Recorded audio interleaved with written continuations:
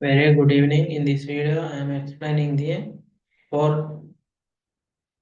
Power BI optimization points.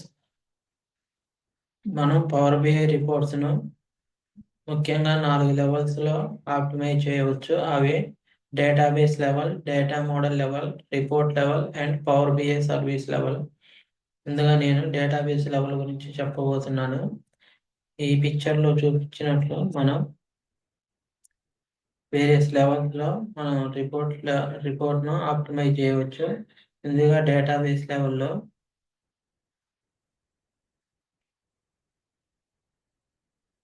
Database level అనగా మనం use చేసే సోర్స్ డేటాబేస్ లెవెల్. ఇందులో డేటాను పవర్ బిఐలోకి లోడ్ చేయడానికి ముందుగానే మనం ఆప్టిమైజ్ చేయవచ్చు. అవి జాయిన్ కాలమ్స్ మీద, వేర్ కండిషన్ కాలం మీద ఇండెక్సెస్ ను క్రియేట్ చేయాలి. ఈ విధంగా చేయడం వల్ల పెర్ఫార్మెన్స్ అనేది చాలా స్పీడ్గా ఉంటుంది. అదేవిధంగా మనం కాంప్లెక్స్ ఎస్క్యూఎల్ క్వరీస్కి వ్యూస్ క్రియేట్ చేయాలి. వ్యూస్ అనగా ఎస్క్యూఎల్ క్వరీస్ కు నేమ్స్ ఇవ్వడాన్ని వ్యూస్ అంటారు. వ్యూస్ ముఖ్యంగా 2 రకాలు. అవి normal view, second one materialised view. Normal views లో వ్యూ నేమ్ ఉంటుంది కానీ డేటా స్టోర్ అవ్వదు. మెటీరియలైజ్డ్ వ్యూలో డేటా స్టోర్ అవుతుంది. Use partition method. మనం చాలా పెద్ద డేటాతో వర్క్ చేసేటప్పుడు పార్టీషన్ మెథడ్ ని యూజ్ చేసి డేటాను పార్టీషన్ చేయడం ద్వారా పెర్ఫార్మెన్స్ అనేది చాలా స్పీడ్గా ఉంటుంది. అదేవిధంగా అగ్రిగేటెడ్ టేబుల్స్. మనం యూజర్ రిక్వైర్మెంట్కి అనుగుణంగా డేటాను అగ్రిగేట్ చేయాలి. ఈ విధంగా చేయడం వల్ల డేటా సైజ్ అనేది తగ్గించబడుతుంది. అప్పుడు పవర్ బిఐ పెర్ఫార్మెన్స్ అనేది స్పీడ్గా ఉంటుంది.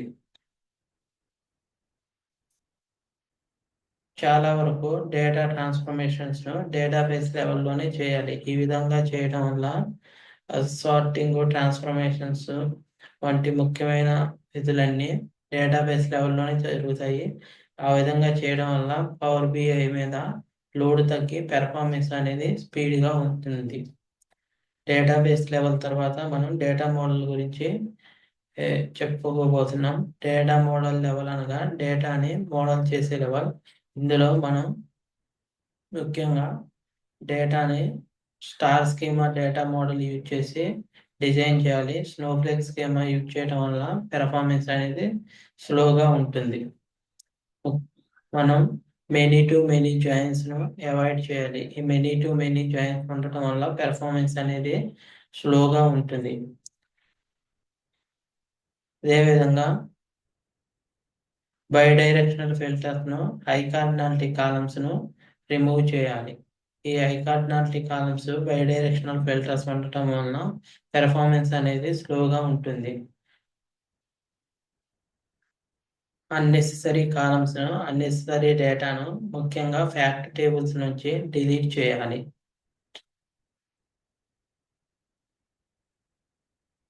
అదేవిధంగా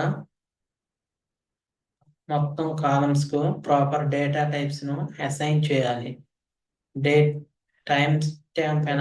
టైమ్ బేస్డ్ అనాలిసిస్ కోసం డేట్ టేబుల్ ను క్రియేట్ చేయాలి. అదేవిధంగా టెక్స్ట్ వాల్యూస్ ను నెంబర్స్ లోకి కన్వర్ట్ చేయాలి.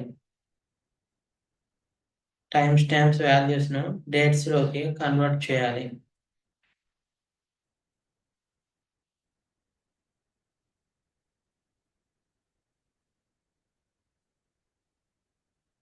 క్యాలిక్యులేటెడ్ కాలమ్స్ కు బదులుగా మెజర్స్ ను ఎక్కువగా ఉపయోగించాలి. ఇవన్నీ మనం డేటా మోడల్ లెవెల్లో ఉపయోగించే ఆప్టిమైజేషన్ స్టెప్స్. తర్వాత మనం రిపోర్ట్ లెవెల్ గురించి చెప్పుకోబోతున్నాం. ముఖ్యంగా రిపోర్ట్ లెవెల్లో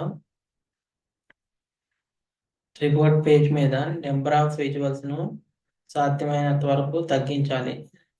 రిపోర్ట్ పేజ్ మీద ఎక్కువ విజువల్స్ ఉంటే రిపోర్ట్ పెర్ఫార్మెన్స్ అనేది స్లోగా ఉంటుంది.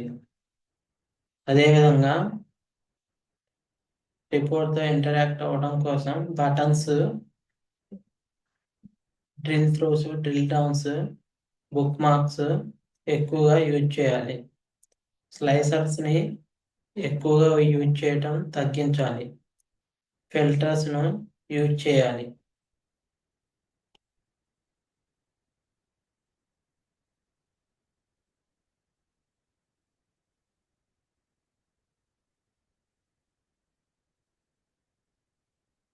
ఇవన్నీ మనం రిపోర్ట్ లెవెల్లో యూజ్ చేసే ఆప్టిమైజేషన్ స్టెప్స్. తర్వాత చివరిది power BI service level. Power BI service లెవెల్లో మనం ఇక్కడ కూడా కొన్ని ఆప్టిమైజేషన్ స్టెప్స్ను ఫాలో అవ్వచ్చు. మొత్తం డేటాను రిఫ్రెష్ చేయడానికి బదులుగా ఇంక్రిమెంటల్ రిఫ్రెష్ను ఇంప్లిమెంట్ చేయాలి. డేటాను షెడ్యూల్ రిఫ్రెష్ చేయాలి. డేటాను పీక్ అవర్స్లో షెడ్యూల్ రిఫ్రెష్ చేయాలి. రిపోర్ట్ను పవర్ బిఐ వర్క్ స్పేస్కి పబ్లిష్ చేసే బదులు పవర్ బిఐ యాప్స్కి పబ్లిష్ చేయాలి. ఈ విధంగా చేయడం వల్ల పవర్ బిఐ పెర్ఫార్మెన్స్ అనేది చాలా స్పీడ్గా ఉంటుంది. పెర్ఫార్మెన్స్ అనలైజర్ టూల్స్ని యూజ్ చేసి స్లో రన్నింగ్ క్వరీస్ని, అదేవిధంగా ఆప్టిమైజేషన్ స్లోగా ఉన్న ఏరియాస్ను గుర్తించి వాటిని ఆప్టిమైజ్ చేయాలి.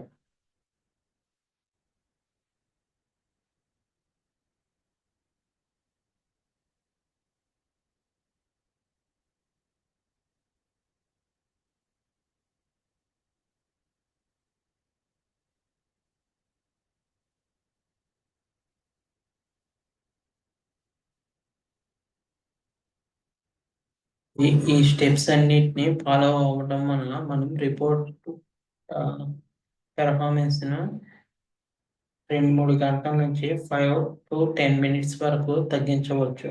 ఈ విధంగా చేయడం వల్ల రిపోర్ట్ అనేది చాలా స్పీడ్గా రన్ అవుతుంది. ఈ వీడియో మీకు పవర్ బిఐ ఆప్టిమైజేషన్ ఇంప్రూవ్ చేయడానికి ఉపయోగపడుతుందని ఆశిస్తున్నాం. Thank you.